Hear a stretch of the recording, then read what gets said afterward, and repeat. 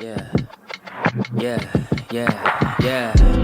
Making her way to the mic. They start dimming the lights. You start feeling alright. From Birmingham, home of the Teddy Longs, and the room is stutters. More once you discover. For all of the lovers, Whitney Houston and Roman Reigns. For all of the lovers, and Mickey James and Marvin Gaye. For all of the lovers, and Sasha Banks, Janelle Monáe, Silk, Sonic, and Paige. Allow me to say, look, I just found a place, sweet escape for every one of us. I was kinda late, cause I just made it off the struggle bus. Walking by the fate, cause I know it's right in front of us. Yo, I ain't with the hate, gotta focus on what's great. Ladies and gentlemen, Steph Hardy is on the air. Had to drop a couple bars just to make you all aware. So, sit back, relax, enjoy the show. You know I go by Joe or the rest of the flow, yeah.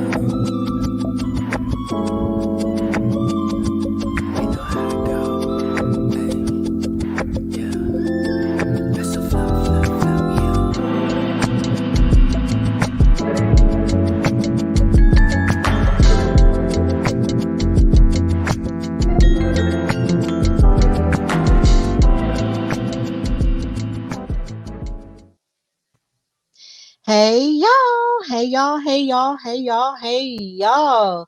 Welcome to a new episode of the Hardy Wrestling Podcast with your girl Stephanie Hardy, of course, host and creator of this fabulous platform, writer and color commentator featured on the Belladonna Division, Battle Club Pro, Black Girl Magic 2022, and Spartan Wrestling. And I am so happy to be on the show with y'all tonight. Like, a lot has been going on, but we persevere and we stay awesome, right? So, this is an amazing episode with an amazing guest that I am so happy to have on my show. She is an amazing wrestler, she's an influencer, she's a champion, and she has a connection that many people don't necessarily know that we both have, but we'll get into it later. She is the Big Flexer. She is Alexis Littlefoot. How are you, Alexis? I'm doing great. How are you? Thank you for having me. I am doing fantastic, and I am just so glad to have you. Like I told you, behind before we came online, I was just really excited, to meet you because I had seen you, on social media a lot of the time. So getting to meet you like in April at WrestleMania weekend was such a huge honor, and just I'm just really thrilled that we get to have this time together. So yeah. Yeah, I'm excited too. It was great meeting you. LA was so fun to just get to see a lot of people just because a lot of people didn't go to Dallas. And then, of course, Tampa was very light. And then, of course, COVID. So it had been a couple of years since I had seen a lot of people um, during Mania Week. So this is like the first like official Mania Week with everybody coming into LA. So Yeah, that was my first actually full Mania week that I'd ever experienced because I had been to WrestleMania before, but I was like 17 and I was with my mm, dad, and that was like WrestleMania 27. And of course, you could only have like at the time we could really only afford to just go to the event itself, and it was just one day, of course. hmm So we went to that, and that was incredible. But just experiencing the whole magnitude of all of the WrestleMania things at once as an adult is just like overwhelming, but it's beautiful at the same time because we're all together as a family celebrating, wrestling, which we love. So it was fantastic, and it was great to meet a lot of people who I see online all the time. So, and then meeting you, that was great. So, now that we're here, I got to get into the questions. So, Alexis, when did you fall in love with wrestling? I fell in love with wrestling. It was like early 2000s. It was like right before John Cena's big feud with JBL for the WWE title. I was flipping channels one day and accidentally found SmackDown. I think this is back when SmackDown was actually on Thursday nights. And it was my spring break. I was still in like elementary school. I wasn't even in middle school yet. I was like 8 or 9, maybe, flipping channels and was just up late. And it was just like the build up between them going into WrestleMania. And it was just super exciting. I was like, who's this guy? Like, he was doing all this crazy stuff to JBL, like messing up his limo and pouring water in his 10-gallon hat. Like, he was just wilding. I was like, this is actually really entertaining. So from then on, I just kept watching it for John Cena. So if it wasn't for John Cena, I probably would have not started actually watching TV. I knew that like wrestling was a thing, but the whole time I would play the video games with my cousins. So the whole time leading up to that, before I watched it on TV myself, I thought it was a video game like Mortal Kombat. Like I didn't know that it was actual show that came on weekly. That's pretty funny because, like wrestling and video games, of course, go hand in hand because there are so many people who I've talked to on my show who got into wrestling in so many different forms of media. Some of it is through watching the show on TV, some of it is through documentaries or DVDs, or some of it really does involve video games. So it's really interesting how you sort of thought it was a video game because in some cases it really is. Like there are just so many things like how you customize different stories and imagine all of the grandest spectacles of what could happen to humans, like that could possibly only happen in a video game, but then it happens in real life. That's essentially kind of what wrestling is. Yeah. um it's funny, and then there are only so few times when we can sort of control the outcome of it on the outside looking in, but then it's a very interactive experience with that regard. So I can definitely see that being a valid, comparison. I love that.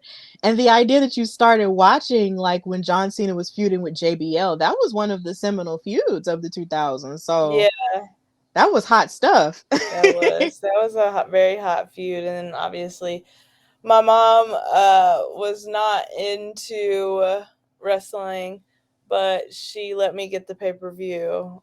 That hmm was when you had to actually. That was before the WWE Network, before you was buying each and every one of those pay-per-views individually when it was like $50. Yeah. And my Yeah, mom, those were real expensive. I was like, "Damn, can we please get it?" And she let me get the pay per view, and so I got to watch John Cena win his first championship. Oh yeah, that was WrestleMania 21. That was so Hmm. good. That was And a that was very good actually WrestleMania. Yeah, that was actually one of my favorite ones. And here again in California, it's full circle, ain't it? And that was in the Staples Center slash crypto. But either Hmm. way, that was a great WrestleMania. That was one of my favorites because, of course, you had Ray versus Eddie, and that was the first time I had ever seen, two tag team champions at the time fight each other. Like I had never seen anything like that before, and I'm just like, so they just gonna fight each other? They're supposed to be friends. What do you mean? Um, I was a kid. But it was a stellar match. That was when I really fell in love with technical stuff. Yeah, that was just a really good Mania, just across the board. The card was really good. I feel like all the build ups, like even those when they were doing like the like Hollywood like movie previews, but it was the wrestlers reenacting them. It was really cool, and I saw a lot of tiebacks to that Mania this past year that WWE did, which is really cool to see that. It really was. It had me kind of emotional. I was like, look at that, it's just like that. Like it was funny. But yeah, that was a really cool time to be a wrestling fan in that, regard. So I'm really glad that that's how you got into it during that time because it was really fun. But it's evolved in some ways. In some ways wrestling has stayed the same, and in a lot of different ways it has evolved since then. So it's great. So when did you know that you wanted to pursue it, as a career? I knew early on, but my mom was really like strict growing up. She was one of those like keep your head in the books. Like I never got a college degree, so you're gonna get a college degree. So I went the college route. I got 2 degrees from the University of Kentucky. I wanted to do it in college just because I'm from Kentucky.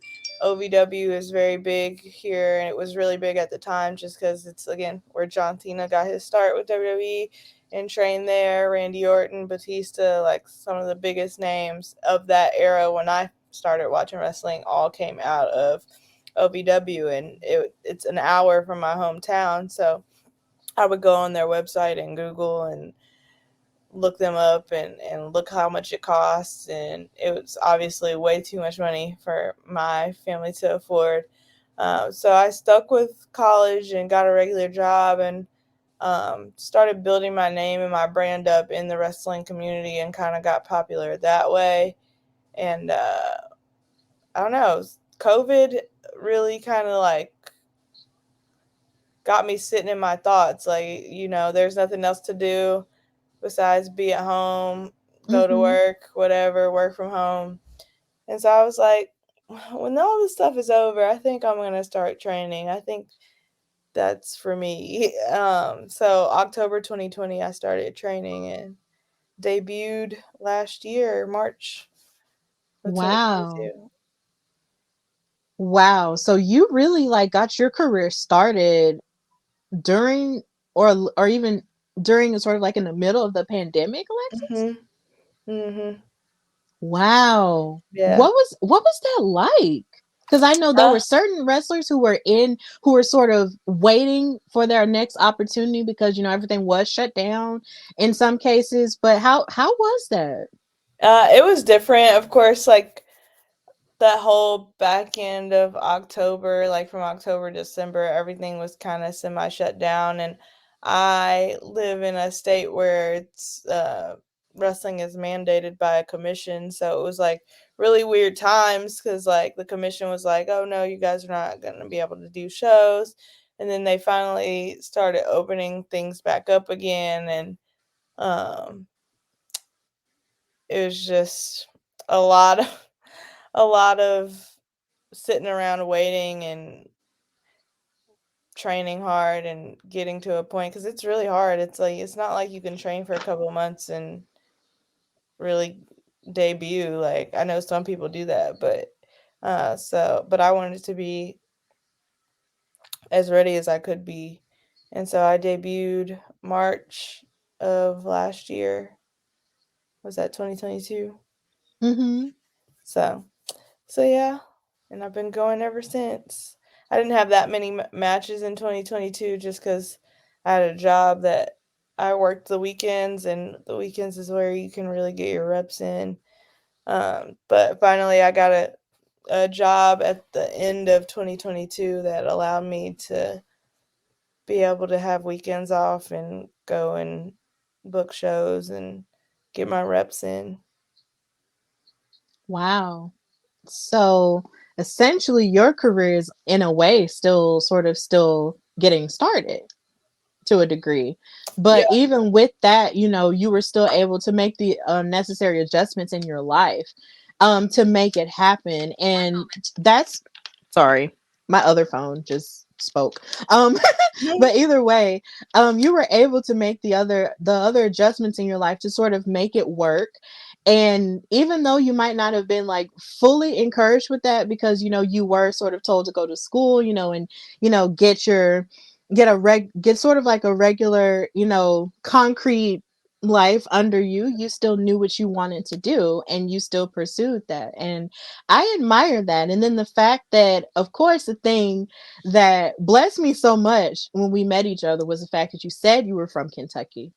And that, of course, that means a lot to me because I've mentioned on my show before that I did graduate from Berea College in 2016. So a lot of, my adventures over those years was me sort of like having fun in Berea, but also running around in different cities like Lexington and like Louisville. Like I saw Beyonce in Louisville, and we, had vocal competitions in Louisville because I was a music major and stuff like that. So when you told me you were from Kentucky, I was just like, yo, Yeah.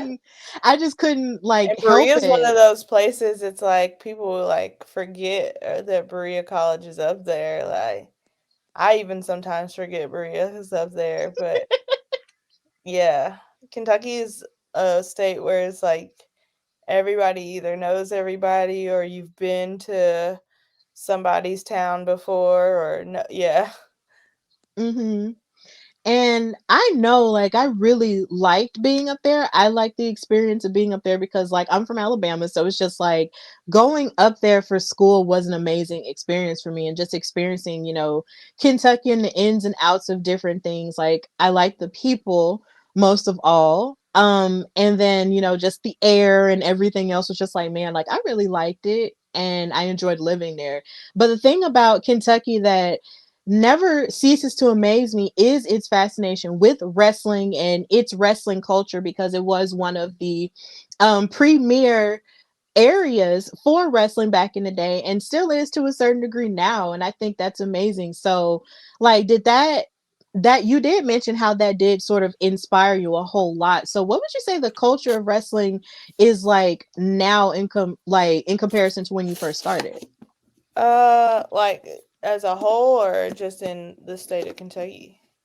Well, I guess as a whole. You can say as a whole. I feel like the culture has definitely changed. I mean, social media has greatly changed the state of wrestling than back then. I mean, we had the internet back then, but it was like you got on Wikipedia, you got on whatever dirt sheets and blogs and a lot of that. I mean, Twitter and wasn't really around yet. MySpace was around, but it was like you had to be friends with everybody on MySpace. It wasn't like this open forum how it is now. Of course, they have like Reddit, and back then it's like all you had was like an AOL chat room and the dirt sheets and Dave Meltzer telling you what was right with wrestling. Now it's like there's so many people and publications and difference of opinions, and you can just literally tweet out your opinion and it go viral in this community now, which can hurt, but it can also help spread awareness too if you use social media the right way as a wrestler. That's why I'm really grateful that I did end up getting my degree, because I have a degree in journalism, and my background is mostly social media. So it greatly helped me because I know how to navigate social media because I studied it in college, and I've been on social media for over almost 2 decades now. So it's like I use it to my advantage. I don't use it to hurt, and some people still in wrestling haven't nailed that down. Yeah, I can definitely tell from the way your social media is ran. Like, it's carefully curated in a way that's still very engaging without, resorting to lots of, crazy things. And that's something that I try to do. Even though I didn't really have a degree in journalism, when I started talking about wrestling on this show, like, it was just me talking about what I love and what I knew about it.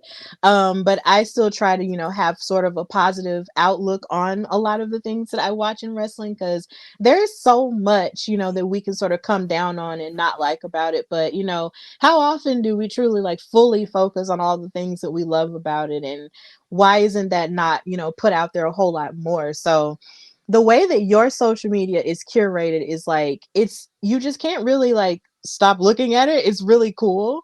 And I'm just like, it makes you want to, get to know more of you, the person.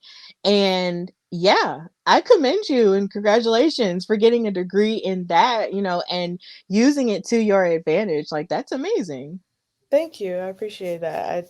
I do really care. I'm really passionate about social media and marketing and online marketing, just because it's like, again, it's my background, and um, a lot of wrestlers don't take advantage of that enough, I feel. Absolutely. So when did you so since you started your independent wrestling career, what would you say, well actually before you started your career, let me go back a little bit. Um when you knew you wanted to pursue it as a career, like who would you say taught you the most and taught you the most as you were getting started? I'm grateful because I had a lot of people that I had built connections and networked and relationships with, that are in the business, that are at the top of this business. So I reached out and met and sat with and talked to a lot of people, and a lot of people became friends with, and be able to ask them questions. But Faye Jackson, Big Swole, real top two people that I confided in a lot early on. I had a really good conversation with Bianca Belair before I had my first match, and she gave me some really, really good words of wisdom. It was actually the same night that she wrestled at Rolling Loud Festival, Music Festival. Wow. Yeah, And that was like I had met her in passing that same year at WrestleMania, but I didn't really like meet her. You know how like you with a group of people, y'all all say hi, and it was a lot going on because she had just won the title, so I didn't want to like be in her face. Um, but so that was like my like one on one moment with her, and she gave me some great advice, and she's just a really sweet person, um, very humble person. But there's a lot of people that just reach out to me, pull me to the side. A lot of people in LA pulled me to the side and talked to me and told me how happy they were, that I was involved more than I was before and actually wrestling. So, So you were touched by black angels. that's what yes, that's what I gathered from that absolutely. whole situation. You were touched Absolutely. by the black angels Yes, of absolutely. wrestling. Obviously, there's some lighter skinned people that have also given me great advice as well. But as far as people like within the space, especially like the internet wrestling community, if you want to call it that, um, those are like some top people that I really look to, for advice, or they'll see a clip of me online, and Faye will text me and be like, "Here's where you did wrong here, and here's where you did right here, and I like this, and I like this," and I love that because it's like anybody else will just let you go out and look stupid or not really care, but Faye really cares, and I really, really love and respect her for that because she'll just do it out of the kindness. She won't even You don't even have to ask her now at this point. She'll see it online and just reach out.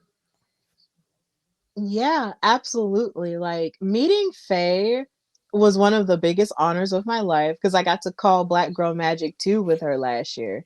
And I had heard so much about her and seen so much about her online and everything. So getting to meet her and sit side by side with her and call that action for that all Black woman show meant the world. And she has been nothing but welcoming and, amazing to me, as is Big Swole as well. I met her in New York during Black WrestleFest, and that was amazing too. And it's just like they've been incredibly supportive, as I continue to grow in my wrestling career. So I'm happy to hear that, we're in this community together, and we are getting all this love from lots of people, of course, but definitely it definitely is a more of a healing value when you get, love and appreciation from the people, who look like you and who want to see you thrive in this space. So I'm happy for you. Haven't met Bianca Belair yet, but maybe I will one day. But either Oh, way, you will for sure. You will.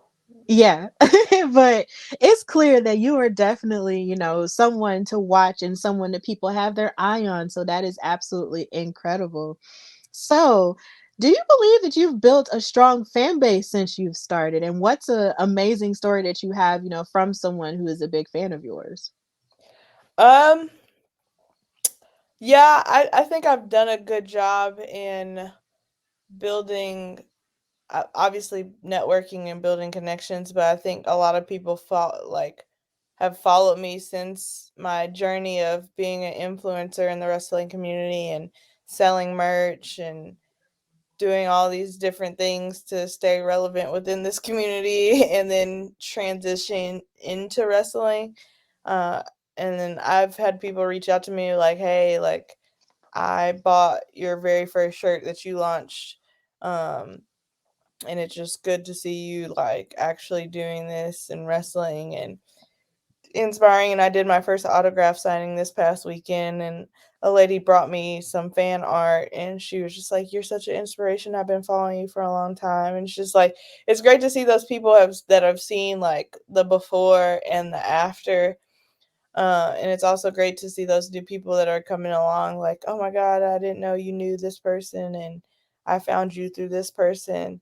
But yeah, I do feel like I've done a wonderful job with that as far as establishing a fan base, because I've been addicted to social media since I was in high school, so really middle school and high school. So like I've had my Twitter since I was a junior in high school, so it's like obviously I've built people that didn't know anything about wrestling, found wrestling friends through, Twitter and things like that, and progressed from 2009 to 2023. So Absolutely. That's really great. And it's good to know that, as you've, gotten everything started, you have a support system and then you have fans who watch you and see what you've got going on and they love it. So I'm really happy that that you are still growing that, but then even now, you still have it, even as in the beginning of it all.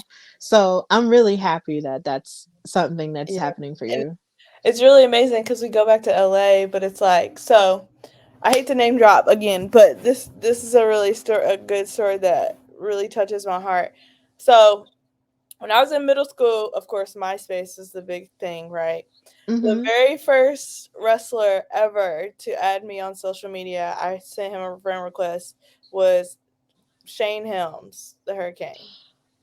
Yes. We are still friends now on social media to this day. He's a big Twitter guy, social media guy, but he was like one of the first wrestlers. Him, Matt Hardy, and Ashley Massaro were like my favorites of that era, right there. And they were like the first three on social media at the time, and it was MySpace, and I added Shane Helms on MySpace, and it was just like so cool because I never interacted with him, but it was like just so cool that he was like sharing his life and his travels with the world, his entire following.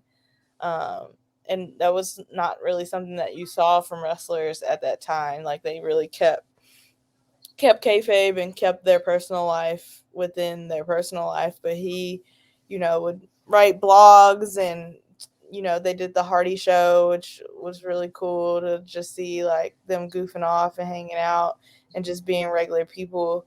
Um, and so I've obviously met Shane a couple of times in person since then, but like this year we finally took a picture together because we never had a picture together, and I like literally got to tell him like, I've been friends with you on social media for so long, and we just like laugh and joke about it every time because it's like, now look at how many wrestlers are using social media to either boost their careers or talk to their fans and interact with people online, when that was like a frowned upon thing 20 years ago.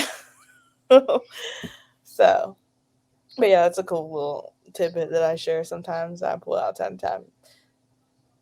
That's cool because Hurricane is actually one of my earlier favorites from back then. Like him and The Rock used to make me laugh so hard. Like Man. they used to have me in stitches all the time. So it's just he was one of my earlier favorites, and I'll never forget seeing him on Say Yes to the Dress Atlanta. Oh my god. I didn't even know he was on that. He What? was like my mama, and I wouldn't have known it if it wasn't for my mama. Like, cause she used to watch the marathons that No, TLC I would need to have. pull this episode up, and I'm going to talk so bad about him on the internet.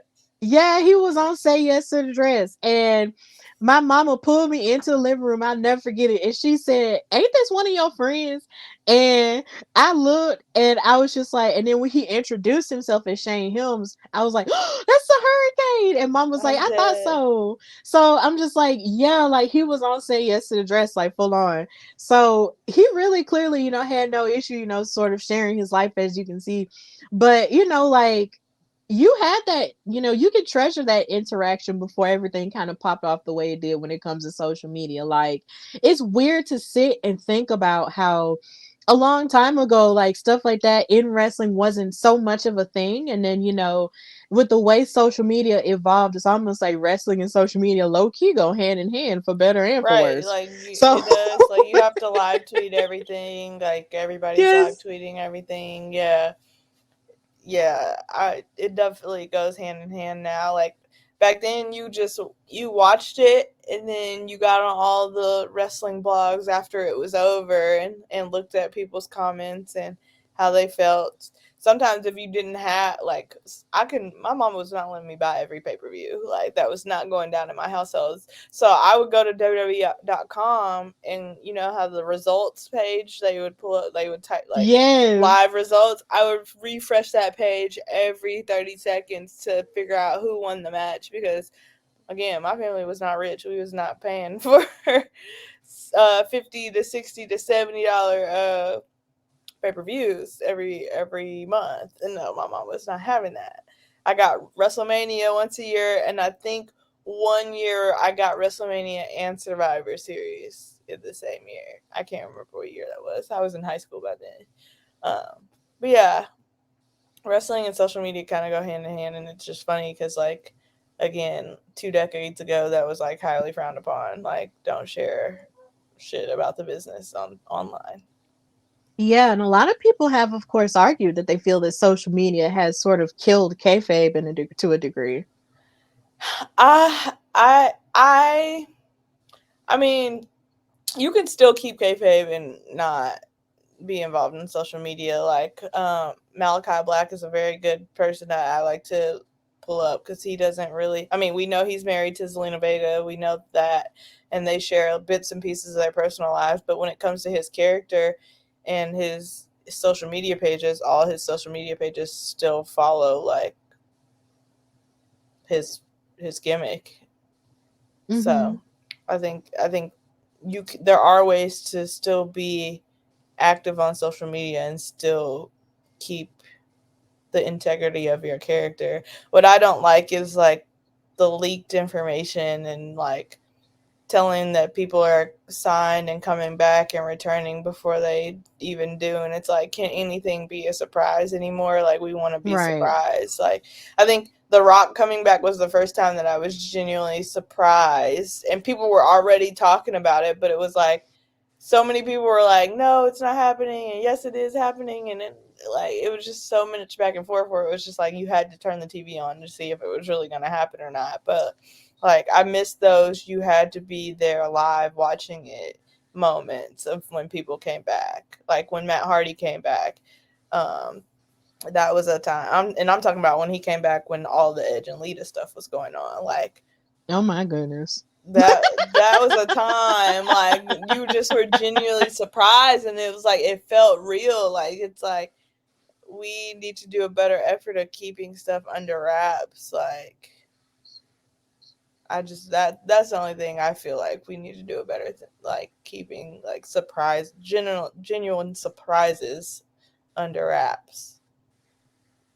Yeah, I agree with you because all of the talk, like about everything and people with their, contracts and everything, it does sort of take away from the surprise element of it. It's almost like now you sort of have to personally make it your business to not feed into it so Mhm. you can keep the level of surprise up. Yeah. And I love the fact that you mentioned The Rock because literally, like, I screamed to the top of my lungs when he came on television because he is my male goat. So I was just like, oh my god, oh my god, I just could not stop screaming. Yeah. I fell on the floor. It was a whole vibe. Honestly, I tweeted this, but like the writer strike in Hollywood is so terrible. Like, I hope that they get their stuff figured out, and I hope they get everything that they're asking for, their equal wages, their everything they're asking Absolutely. for. But if it's gonna make my faves come back to wrestling, y'all can argue and negotiate a little bit longer, like up until WrestleMania time. Like, if that's how long it takes for them to figure their situation out, I'm fine with that. I really am, because now Yeah. I seen like Batista talking about like, I got time on my hands. Like, if they want me to, I'm like, what? Don't do that. Batista and Rock Oh, at the same time, like that would be so lit. And John Cena. I'm like, yeah, y'all just at the house bored now. At this point, if y'all all coming out and clocking back into work, you made me think of that song, Bored in the House and I'm at the House Bored. that's literally what everybody's doing right now. Yeah, and hopefully they do, figure that situation out because the level of, just so many different new shows are coming out, and then they're also bringing shows from streaming to sort of replace the shows that would have been there. And I do hope they do figure out that situation because there's so many talented people doing amazing things in television and in movies, trying to make Yeah, changes and stuff. So I do hope yeah. A that lot of it my does work favorite out. shows are on hiatus. Like, I want P Valley to come back. I want Chicago PD to come back. Like, all my favorite shows are on hiatus right now, and I don't have nothing to watch but wrestling. Yeah. And hopefully they will figure it out. But with all the wrestlers, coming of our childhood coming back, it just makes us have to, fully bask in the moments that we do have with them because, once they, get older and life changes happen, they won't be able to do this at a certain point. So we do have to just be grateful for these moments that we do have. And I was definitely grateful to see The Rock again. That was Awesome. incredible. Me Absolutely too. incredible. So back to you though. When you started in your wrestling career, did you face any obstacles or any self-doubt that you had to rise above, and how did you rise above it? Self doubt all the time. It's just like every time you have a bad match or you feel like your promo was bad or anything, you see a negative comment, it's always like a little bit of like, oh, is this really for me? And I don't know how to feel, or I don't like this, or but honestly, again, the people that believe in me in this community that really like take the time to lift me up and give me advice and tell me how to get better and actually care about my progression.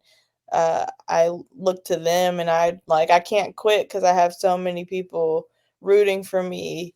Uh, that is also amazing to like even have that type of support system within the industry.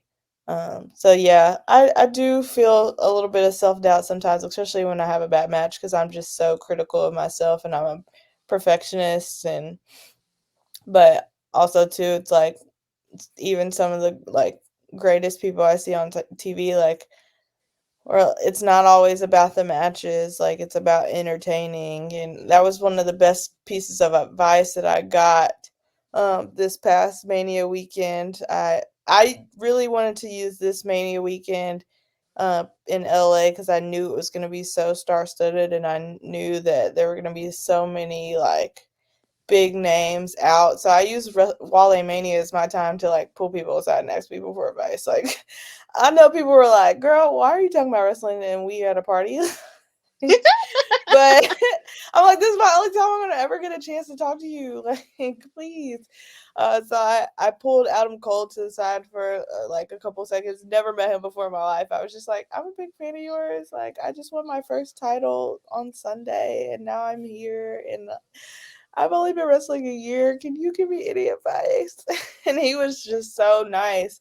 And literally, he was like, I was just telling him, like, I just feel like all my matches are crappy. Like, I don't feel like I'm doing good. And he was like, honestly, you can learn the moves down the line. Like, bad matches will come, like, they'll happen. But, like, really really hone in on your character, and you can cover up a lot of mistakes with good character works. And there's a lot of bad characters out there that are good wrestlers but not really great characters. And that's really what I really took away from our conversation. So I thought I go 200% on my presentation and my look and my appearance and my character, just because it's like, yeah, you can do a lot when you have a very good character versus no character and good wrestling. Yeah, that's pretty amazing stuff. Like to pull people to the side, and know within yourself that, of course, it takes a lot for people to fully admit that they don't know everything and to ask for help, which is something that I struggle with a lot. Like, because I try to be stubborn and prideful, which is bad, and think a lot of the time like, oh well, I could do this, I can do this, I can do this. But then, you also have to, be self-aware enough to understand that you don't know everything and that you might not necessarily have everything down. But that doesn't necessarily mean that that's a bad thing. It just means Right. that you have improvement to do. And clearly, you have a community surrounding you that's giving you all the things that you need to make you feel like, you belong. And I'm glad that you were able to have that. I feel like we always keep coming back to the LA part because Right. yeah, because it's like I was at Wale Mania as well, but I felt like a fish out of water because that was my first time at a Wale Mania, and I was just starstruck just looking at everybody Wally who, Mania's wow, progressed a lot. it's a lot. My first Wally Mania was WrestleMania 30 weekend. Was it Mhm. 30? Had to be. I can't remember. These all of these WrestleMania numbers is running together now at this point. I know we're on our way to 40, but now it's like I can't remember which one I've been to, which one I haven't been to. I can't keep up. But it was WrestleMania in New Orleans. That was my first Wale Mania experience, and I believe it was Wale Mania 3. Yeah, Mhm. it was Wale Mania 3. And I was also the same way. I had like paid for the VIP and got in there, and it was just like Rob Van Dam's just in there, just like having the time of his life. And I'm like, this is crazy. And that was when you were like in the same room as them. Now it's like they're on stage and like people are in a crowd, but it's like I met a lot of people that year, and again, I'm a very social person, so I'm not afraid to like walk up to somebody and shake their hand. I woke that WrestleMania, I was like, yeah, I'm really meant to be in this business because I can just walk up to these people and start casually starting a conversation, and that's how I became good friends with MVP. Who else did I meet? I met a lot of girls within the wrestling community at that Wale Mania and just developed a lot of good. I use Wale Mania as like it's a big family reunion. Like use that as your time to tell a black wrestler that how much you meant to them as a kid because that's what I did. Like and you never know where it might lead you. Like so yeah, that's I Absolutely. always use any opportunity you're in a room with somebody. You're not gonna be in a room with Beyonce and not speak to Beyonce, are you? No. Exactly. Not at all. That's how I Not at treat it. all. I'm gonna speak to Beyonce. I do not care. I don't care if 5 security guards tackle me after. I'm gonna say hi to Beyonce first. Mhm. Yes, and that's double for me because that's my birthday twin. So I have to make that happen. Oh Yeah, yes, including Xavier Woods too, and I got to talk to him at Walla Mania as well, and I couldn't believe it.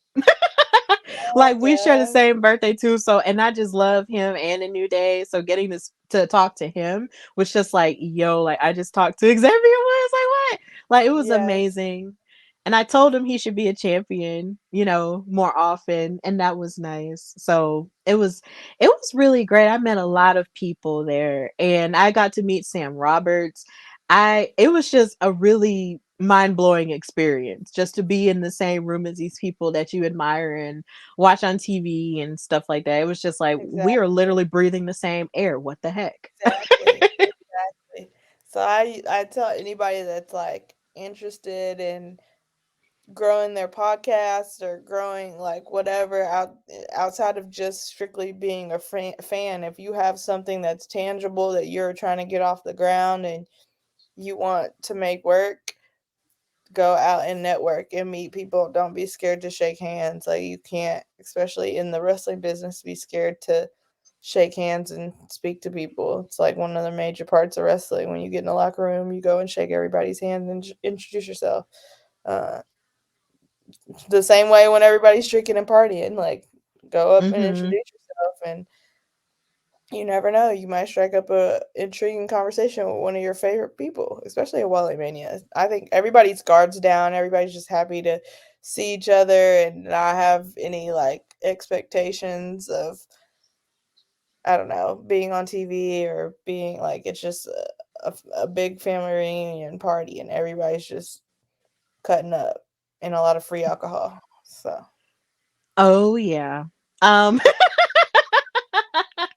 Not that I partook in that, but at the same time, it was a really good time. There was fun had, there was dancing, and there was just mhm. people. So I just enjoyed it so much, Me and I too. can't wait to experience it again. I really can. So, what are some of your hobbies that you have outside of wrestling? I sew. I make all my wrestling gear. I'm about to venture into making gear for other people local in my area. I like graphic design. I do graphic design as well. Any of my personal flyers that you've seen out in the world, not like any of my like match graphics, but like just stuff that promote myself. I make all of my own graphics as well, and I don't know. I'm really diving. I'm diving into Canva a lot. I don't know if you know what that is, but I'm like, I've seen commercials bi- for it. What exactly is it? it's like an online design platform. It's like a Photoshop, but like not as intense as Photoshop. Like there's a lot of like preloaded elements and stuff that you can like clip art and stuff that you can drag and put into it, and it's very easy to maneuver. But there's a lot of like really good, easy design. Like I use that a lot more than I use Photoshop nowadays, or I use a combination of Photoshop and Canva. So, but yeah, I'm diving into that, and really, I just like binge watching shows. I watch a lot of crime shows. Mm-hmm. I'm chilling out, cooking, being in the house. I like being in the house because I feel like I'm always outside a lot. Okay, those are pretty solid hobbies. You know, being a graphic designer, making gear for other people, making gear for yourself, watching crime shows. That's pretty, that crosses off every bridge Uh right huh. there. Mm-hmm. You remind me of my mom. Like, she watches crime shows too. I love them. I have Yeah. Hulu Live and everything that pops up. So like during the pandemic, well, it wasn't really during the pandemic, but like I had quit my job, and literally it was like a month.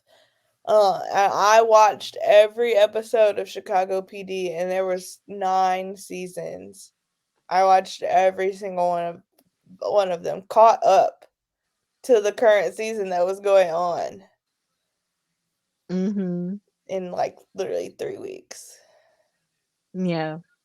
And That's then how it is. there's a lot of episodes on them, and they long. They like an hour long. Yeah, they are. But yeah, I love binge watching shows. I can't like if I start watching a show and I get hooked to it, like I have to finish it immediately. Like I can't go like forever and just only watch an episode a day. Like I watch like literally 10 episodes in a day if I have time. Yeah, that's a pretty, dedication. That's a pretty like dedicated schedule to a TV show, especially once you get into it, because that's what happened with me and Grey's Anatomy. So I totally get it. Like when I was in college, I watched so much Grey's Anatomy to the point to where I actually caught up and didn't think that I would, because I was just like, this show's been on forever. There's no way. Mhm. But when you love a show, you'll make a way.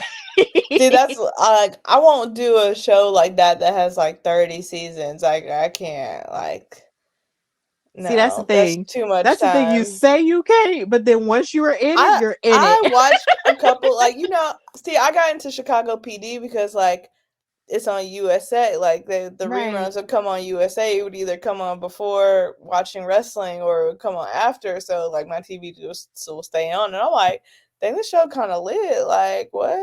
And the reruns would come on USA. So I'm like, let me tap in. I've watched like 2 or 3 episodes out of order of what's going on, and that each episode is kind of interesting. So let me run it back and watch it, and I did, and I'm like, nah, this show is lit. But I Mm-hmm. can't. I watched a few reruns of Grey's Anatomy. I've just not been interested. I don't know. There's something about the stories and plot that I don't. But I was a big How to Get Away with Murder watcher when it first came out, and then it just started getting unrealistic, and I'm like, okay, I can't keep watching this no more. So I kind of fell out of that. And then what else did I watch that was Shonda Rhimes? Oh, Did you watch Scandal? Scandal. Hmm. Yes. And I kind of fell out of that towards the last couple of seasons too, just because I get very if it doesn't keep my interest, I get very bored of stuff easily. So I'm like I'm not watching that anymore. And too like for shows like that and dramas and action and all that, like if it's like way out the realm of can't I this probably would not happen in real life. I'm like, yeah, I can't watch it. Like I like that's why I like true crime and stuff like documentaries and stuff of stuff that have actually happened because it's like this is so interesting. I can't believe this really happened. Mm-hmm. Yeah, So, true crime is pretty. It's got some pretty insane stuff. So, yeah, like it's just television shows are just fun to get into and stuff. And so, I'm not gonna hold you. The reason why I would ever look at or take a glance at Chicago PD was for Atwater.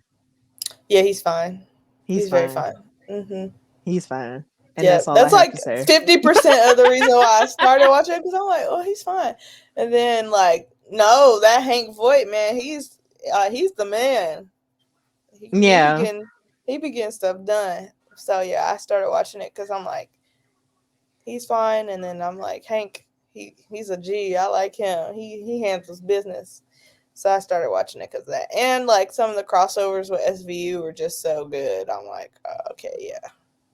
Oh yeah, like it's a whole universe. Because I Mhm. believe my mom actually watches Fire and Med because of it. So Mhm. yeah, it's a pretty Yeah. deep universe, I don't really and like the characters in Med to watch them, and keep saying that I'm gonna watch Chicago Fire because a lot of my friends like they watch Chicago Fire, but they don't watch Chicago PD, and they're like, mhm. if you like PD, you'll like Fire, and I'm like, you don't even watch PD, so how would you know? Yes, you just twist yourself up with all of the crossovers and Hmm. everything. But it's all good television, so big ups to the people at NBC. This isn't a commercial, Yeah. but big ups to NBC and the people for the one Chicago um shows.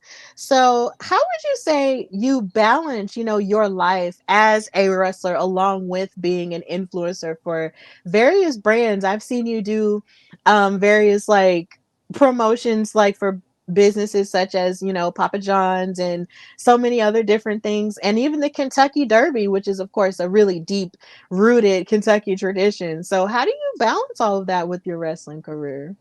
It's tough. I have a lot of projects that I'm sitting on right now just because it's like I don't have the time to do everything and there's not enough hours in a day and I still have a regular 9 to 5 job.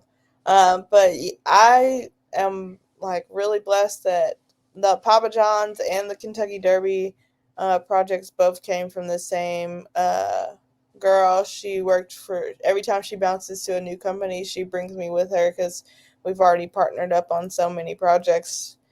Um, and she's just been a fan of mine and followed me for a long time. She's like, that's what I'm saying. The beauty of social media, you never know who's watching you and who it's like once they get an opportunity will reach out and grab you like, hey, I want you to work on this for Papa John's. I want you to work on this for Twin Spires. I want to work. Yeah. So you just never know who's watching you. And I think that's a big thing about wrestlers in social media and using your social media for good and not to bash promoters or whatever. Mm-hmm. Um, so Absolutely. Like, I really commend you for that, even though it might feel like you have 1,000 irons in the fire. It seems that handle it as best as you possibly can. So, yeah, that's yeah, admirable. I like that. That only means that, once you get in the big time, you'll be able to, it'll come a little bit like second nature to you after that. yeah, absolutely. Yeah. So, who would you say has been your toughest opponent so far? Ooh, that's a good one. I've never been asked that question. Rachel Armstrong was very good. Um, and Allison Kay. Those are like my Mm, two toughest opponents for sure. okay. In what ways did they necessarily like challenge you in ring? Um, I would say Rachel, just because I was still like, I was only a year in and not that many matches in. Um, she's just so far along, and even then, that was back in March. She's just so good and just raw, pure talent. Um, that I was just like, ooh, am I good enough to even wrestle this girl? Like, but she's a very sweet, kind person, and she's very easy to work with, um, and brings a lot of ideas to the table that I think she's gonna be one to look at next year. We're like, gonna be talking about her a lot more. And then Allison Kay, she's a vet. She's been in this business a long time, and that was my first TV match. So again, new experience, very nervous, but she also did a great job of being professional and helping me put everything together and just being a good opponent. And at that AK-47, once you up for it, you coming down for it too. It ain't no stopping that. Once you in it, you in it. And that was probably one of the biggest finishers I've taken so far. But I've had a lot of battles with Ari Alexander too, who I think is also a star and also be a name that we're talking about very high up next year. Um, but yeah, there's a lot of girls out right now uh, that I've wrestled, that I've been blessed that I've been getting very good opponents, because a lot of people don't get very good opponents this early on in their career. So I'm grateful that promoters believe in me to wrestle all these great people. Absolutely. Like, that sounds incredible. It sounds like you really are being challenged in a way, and I'm more than sure you're challenging them in a sense as well. But I'm really glad that you are, getting into the ring with these types of women, who challenge you in a great way. So that's cool. Now, who would you say is your dream opponent or dream opponents that you have? Dream opponents.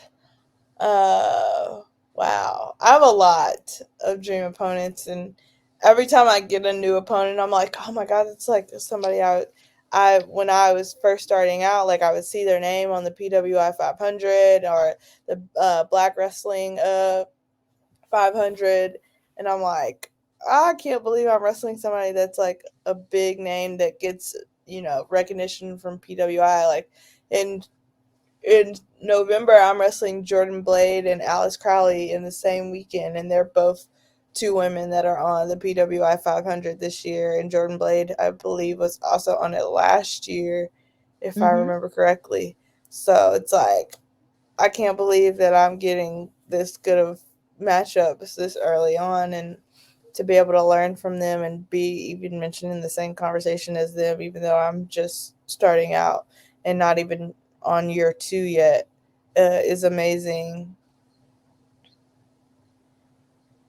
Yeah, like those are some pretty tough opponents, and the idea that you got to fight them is just it's pretty sick stuff. But the thing is, I believe one day you'll be on the PWI 500, and you'll definitely be on the BRP 50 for sure. Because your talent really does speak for itself, and the idea that you are fighting these women just shows that you're on the right path. So I'm really excited, for your future to see, who else you're going to fight, because you already have, great wrestlers on the horizon that you're going to fight. But either way, like, you're going to be right up there with them. So I definitely believe and trust in that trajectory. And in speaking about, Jordan Blade and the BRP 50, of course, you are a Black woman in the wrestling business. So I have to ask you, Black woman to Black woman, what are some other strides that you would like to see us make in wrestling? Even though there has been some that we have made, but there's still, of course, some improvements that can always be made as well. So, what more do you want to see us do? Uh, Everything. I mean, keep main eventing these big shows. I would love to see a Black women triple threat main event WrestleMania. That would be very cool. Um, there's just so much that I don't think like that we can even think of off the top of our head that we haven't done in this industry that needs to be done or can be done. Obviously, we have Black women at the forefront in all of our major companies right now. Of course, Jade, we hear, is leaving AEW, but we still have Willow in AEW. We still have Athena in AEW.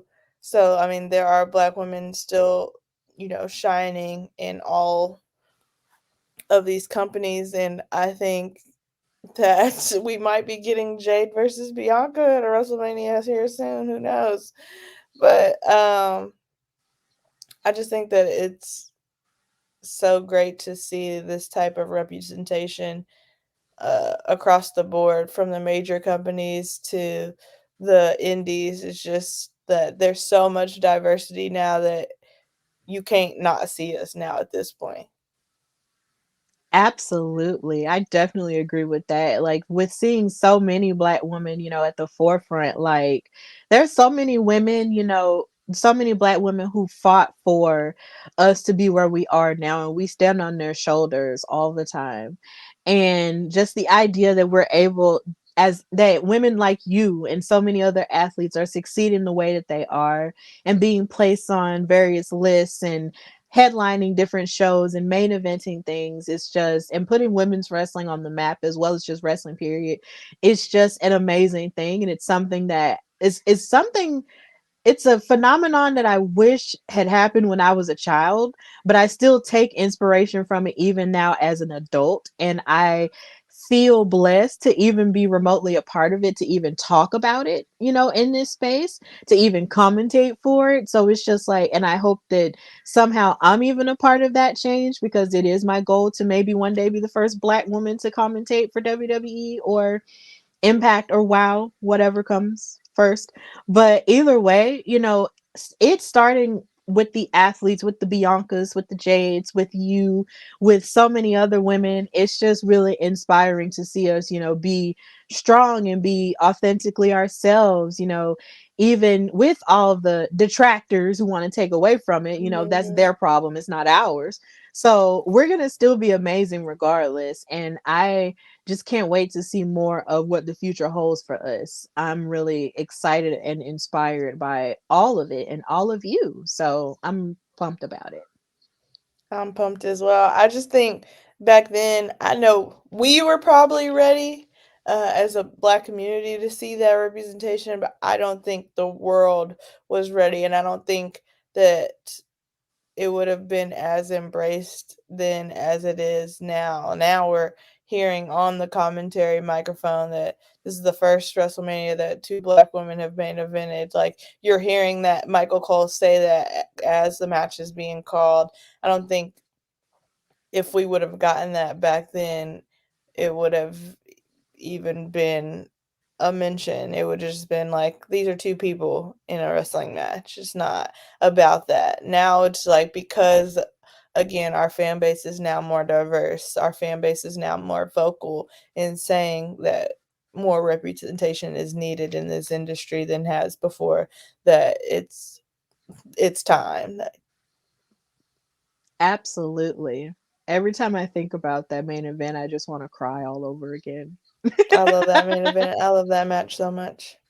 Me too. I've watched it so many times. It's unhealthy. I But it's think not really every black unhealthy girl though. has watched that match over and over so many times. Mhm. It's fantastic. Yeah, so I just can't wait to see what we have in store for wrestling as a whole. So, how do you feel about the state of wrestling, and what's really good about it, and what in your opinion can be improved upon?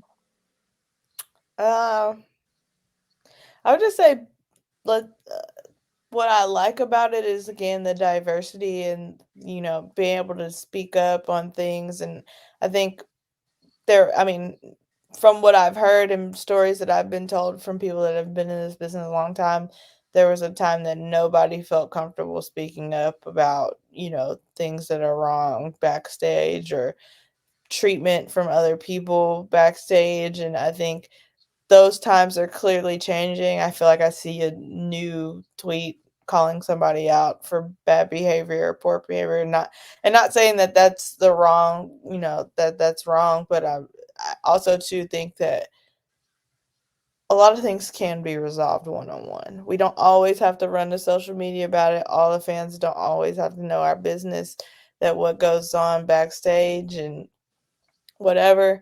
So I do also think that we need to be nicer to each other online. That's just a personal opinion that I see a lot of, like, when people start getting their opportunity, or the people get this and that, or it's always a couple of hate tweets that come out the woodwork, and it's just like, hold on, you mean to tell me that this person has been working the indies for this long and this, that, and the other, and then all of a sudden their name is on a list of they're getting a tryout or they signed a contract or this, that, and the other. and they get in their shine, and then all of a sudden now it's like, no, they're a terrible person. Like, why sit on this information? Why wait to air blast this information out when somebody gets a WWE tryout, or they sign a AEW contract, or they get a title push? Like, that's weird to me. Yeah. I believe that all of it, in terms of social media, it can be a bear to deal with. When it comes to certain things or people and what we know and what we don't know and what's been, revealed and what hasn't been revealed. It can be a lot. And you are right. I agree with you. There is a level of niceness that should be, pursued in terms of wrestling and social media. But then that could also apply to social media as a whole. Honestly, because there's always an argument about something. There's always exposure about so many different things. And honestly, we do need to be kinder to each other, because in my mind I feel like if we all love wrestling, then why are we if we all love wrestling and we have some of the same similar stories about how we got into wrestling, whether it be the same or different or whatever, why can't we just all be a family and just relax? I Like, agree. that sounds really, really simple when you really think about it, because we're humans, but at the same time, I just wish, it could just be happy, and we can just relax and really understand that we all collectively love this thing. Workers love this thing, fans love this thing, we all love it. Like, and gear us that should propel us to each other and not against each other. So I just really, I absolutely agree with your sentiments there. So I get it. So, what would you say has been your greatest accomplishment so far? Um, Winning two titles this year, definitely greatest accomplishment so far. Um, my second one would probably be wrestling on TV. I wrestled on local TV here uh twice. So those are my top ones for sure. Yeah, I saw you were a champion. Like, I saw one picture of you with the title. It was the Warrior Pro Wrestling Mhm. Championship. That was my But I first one. Yeah. So it's just like the idea that you've been a champion twice this year is like, that is absolutely something to be proud of. And considering your career is still so young, like, you've accomplished so much already. And then, of course, there's still so much to do. So I'm really excited for you. And then the fact that you've been on television, like, that's amazing. Like, that's amazing. You really are on the right track. And I love that. Thank you so much. Absolutely. So, the final question for you, Miss Alexis Littlefoot, is, well, before I get to that final question, where did your inspiration for the character, the Big Flexer, come from? First of all, before I end this, where did that come from? Because I feel like that's a pretty cool, big money thing. So, where did that come from? What inspired Very that?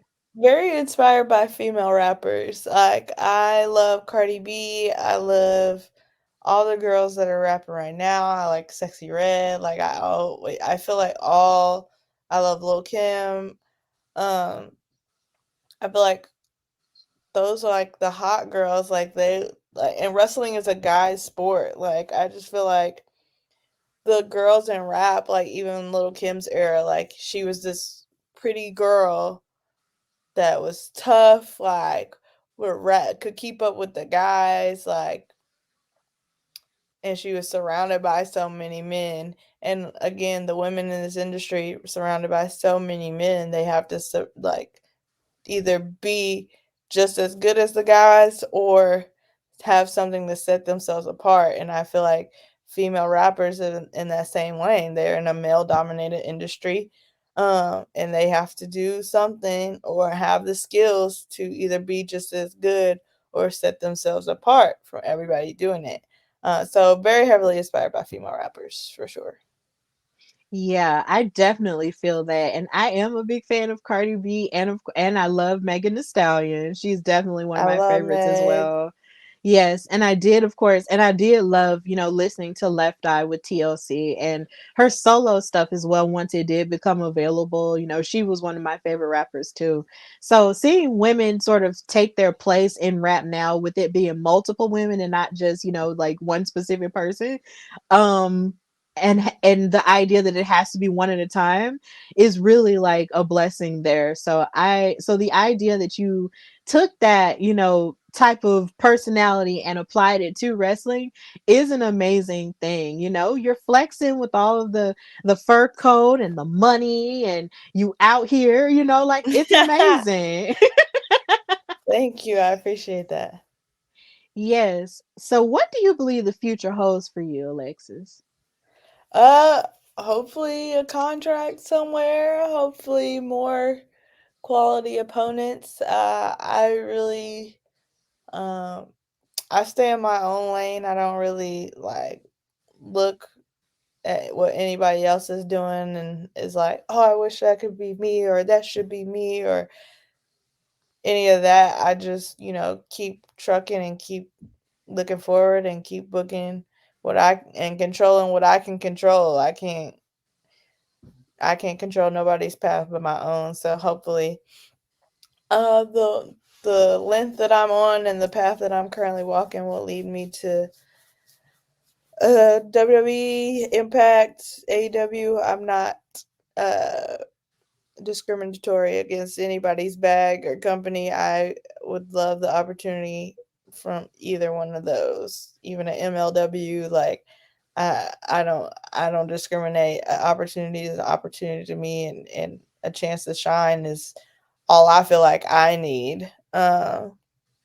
Is somebody to give me a chance to prove that I really am a star for sure.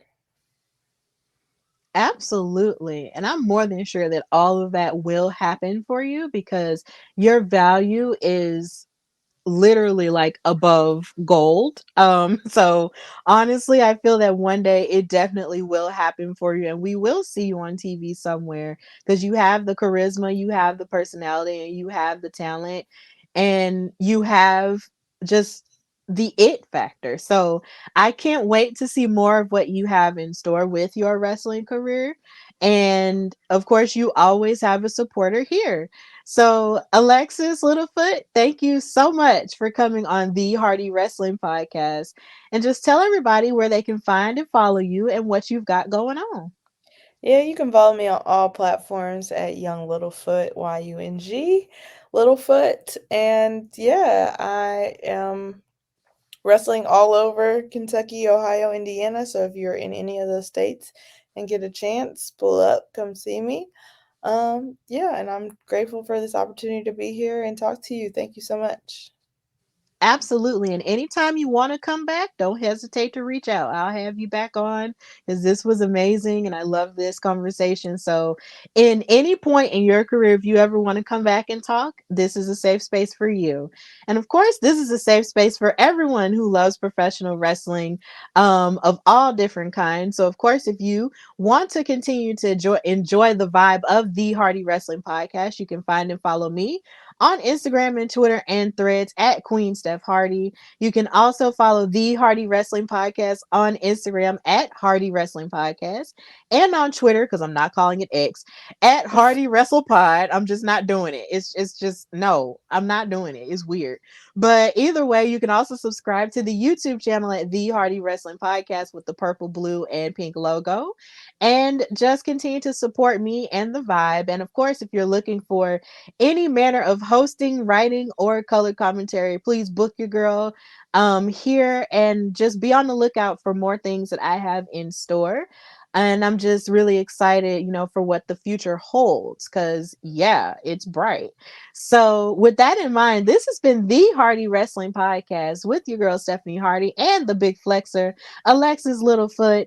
And until next time, bye, y'all.